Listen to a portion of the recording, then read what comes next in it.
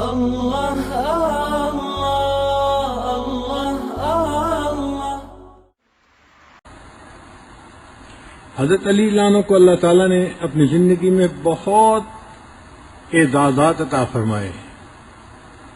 ان کی زندگی کے حالات پڑھتے ہیں تو حیران ہوتے ہیں۔ ان میں سے ایک اعزاز یہ بھی تھا کہ جب نبی علیہ الصلوۃ والسلام نے ہجرت فرمائی تو آپ صلی اللہ علیہ وسلم نے حضرت علی اللہ عنہ کو بلایا اور فرمایا کہ تم میرے بستر پر میری چادر لے کر لیٹ جاؤ، سو جاؤ، اور فلاں فلاں بندے کی امانتیں میرے پاس ہیں، کل یہ امانتیں ان لوگوں کے حوالے کر کے پھر تم ہجرت کر کے مدینہ آ جانا۔ تو نبی علیہ الصلوۃ والسلام نے خود ان کو اپنے بستر پہ سلایا اور اپنی چادر ان کے اوپر ڈالی اور ان کو اپنے پیچھے گھر میں اس طرح چھوڑا۔ یہ حضرت علی رضی اللہ عنہ کی سعادت تھی۔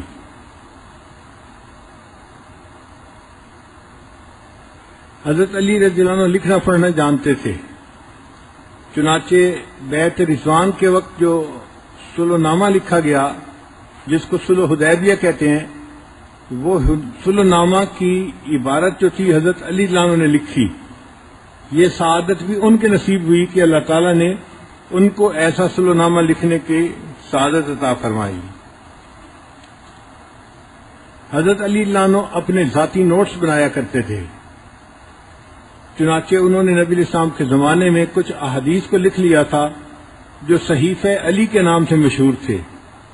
بعض لوگوں کو ڈائری لکھنے کی عادت ہوتی ہے، اپنی یادداشتیں لکھنے کی عادت ہوتی ہے، تو حضرت علی رضی اللہ عنہ بھی اسی طرح لکھ لیا کرتے تھے۔ تو صحیفہ علی وہ حدیث کی دستاویز ہے کہ جو نبی علیہ السلام کے زمانے میں حضرت علی نے لکھی، اور اس کے اندر تقریباً 786 احادیث تھیں اور ساری کی ساری صحیح سند کے ساتھ آگے منقول ہیں۔ پھر حضرت علی اللہ عنہ نے اپنی یادداشت کے لیے قرآن مجید کو لکھ بھی لیا تھا، یعنی ایک قرآن مجید تو وہ تھا جو نبی علیہ السلام نے پارچات کے اوپر لکھوایا۔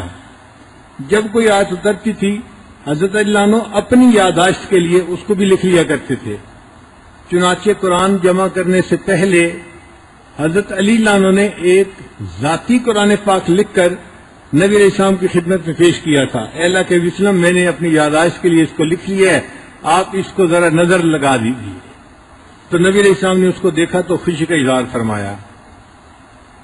حضرت علی عنہ فرمایا کرتے تھے کہ مجھے اللہ تعالیٰ نے قرآن مجید کا علم اس قدر عطا کیا ہے، سلونی ما شئتم، تم جو چاہو قرآن کی آیات کے بارے میں مجھ سے پوچھو، انا اعلم این نزلت، مجھے پتہ ہے کون سی آیت کہاں نازل ہوئی، فی ای وقت نزلت، کس وقت کے اندر نازل ہوئی، لئی نزلت، کس مقصد کے لیے نازل ہوئی، یعنی جو آیات کا شان نزول ہے وہ مجھے اتنا معلوم ہے کہ جس آیت کا معلوم کرو گے میں اسی آیت کا شان نزول تو آپ کو بتا سکتا ہوں۔ اللہ تعالیٰ نے ان کو قرآن مجید کا بحر بے کراں بنا دیا تھا۔